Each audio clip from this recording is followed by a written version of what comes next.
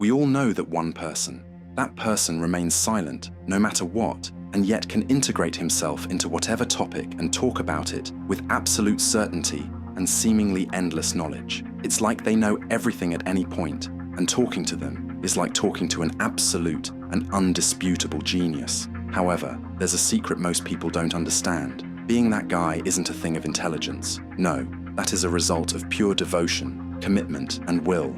This demeanor is nothing but a product of self-confidence built upon self-awareness and the tendency for personal improvement. Today, I'll explain how you can achieve the same outlook on life and, as a result, become the smartest man in the room. Skills. To retain composure and focus no matter what, you will first have to assess, experience, and master 4 basic but invaluable skills which will open all new horizons to your own perspective. The first one, which represents the fundament of this entire idea, is strategic thinking. No matter what, you always need to be 10 steps ahead of everyone around you. And albeit this might seem impossible to do, it isn't. It's easy, and it is a skill that can be learned just like any other skill out there. Think of strategic thinking as playing chess. You might not know what your opponent's next move is, but you still can predict the various options that he might go for, as well as develop different scenarios that will allow you to form a better picture of his next move. The same, but on a more abstract level, is done through real-life strategic thinking, but this requires developing another extremely important skill, which is observation. It would help if you always scanned everything that is happening around you. You must be able to take in information spontaneously and constantly, and be able to retain said information. After that, it's time for you to become sharper and more ruthless when it comes down to your choices and decisions. Decisiveness is a defining characteristic of strong people. Just like in chess, you must force yourself to sacrifice something you find alluring for a better chance at achieving your ultimate goal. But before you master these skills, you'll first have to put your emotions in their place. In the real world, there is no place for frenzied emotions. It's simple. If you don't master your emotions, they will master you.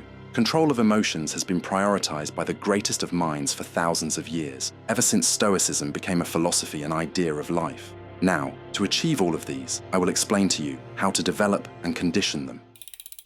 Strategic thinking. As noted, strategic thinking is extremely crucial for the development of one's mind in a proper way. And the best thing about strategic thinking is that this skill can be developed and perfected from the comfort of your home. One of the answers to improving this is exactly chess. Unlike all other games that are popular today, chess rewards, though, strategy effectiveness and decisiveness. In addition to this, exactly because people nowadays find cheap thrills in everything, you will have an edge over them when it comes to strategic thinking from the get-go, as focusing on their actions and words and interpreting them will allow you to move a step ahead of them. It is important to constantly condition strategic thinking, as this is something that, especially when combined with emotions, might get rusty over a shorter time. So, play chess, read history, and keep strategy as an imperative in your day-to-day. Emotional control. Here's what I consider to be the hardest habit to break with people: keeping emotions under control. Do you know why? Because we've all gotten spoiled ill by the comfortable and modern world that we live in. We've all gotten used to sitting on our phones for hours on end during the day, wasting our time on nothing, eating junk food, and constantly complaining about everything. Well, you will have to say goodbye to these commodities, or at least reduce them in such a way that you feel uncomfortable. Why? Well, because this kind of uncomfortableness will leave you irritated, and irritation can lead to your emotions acting up against you.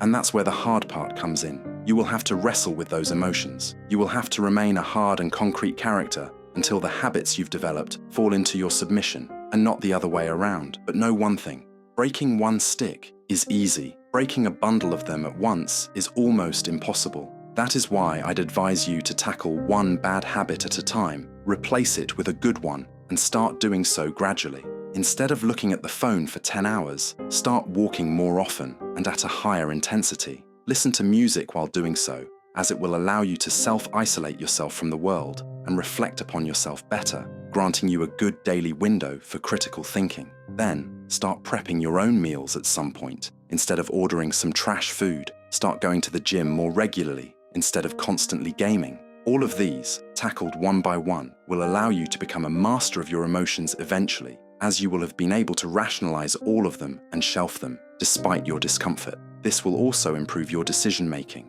as now you will be able to make tougher choices that might be harmful at the beginning, but more beneficial in the long run. Observation. To do this, you first need to condition your brain to take in valuable information from the get-go. This can be done through reading various books, thinking critically about what information you've gained, as well as allowing yourself to take a deeper look and compare it to other people's perceptions of the same written work. This will allow you to have a much wider and far more detailed and curious approach to received information, which in turn conditions filtering it too.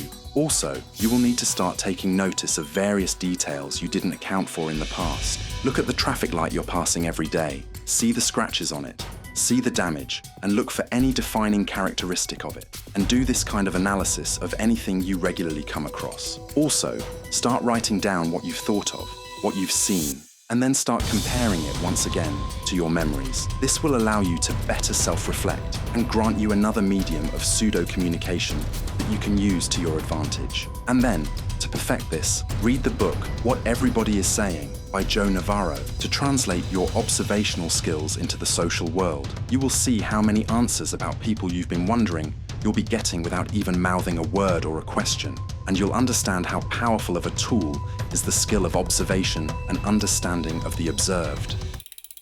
Decisiveness. It's also important to have a constant choice of what to do in your life, and also be able to develop a way of not overthinking when making choices. To do this, start making quick assessments through your observational powers and strategic thinking, while also utilizing the emotional control that you're developing to make the decision quickly. And even if you make a mistake, you should be able to continue onwards without self-pity, but with self-reflection, as you will be able to correct yourself and not allow a mistake to occur in the future. Remember, making a mistake is not wrong. Making a mistake and then not admitting it would be a disservice done to nobody by you.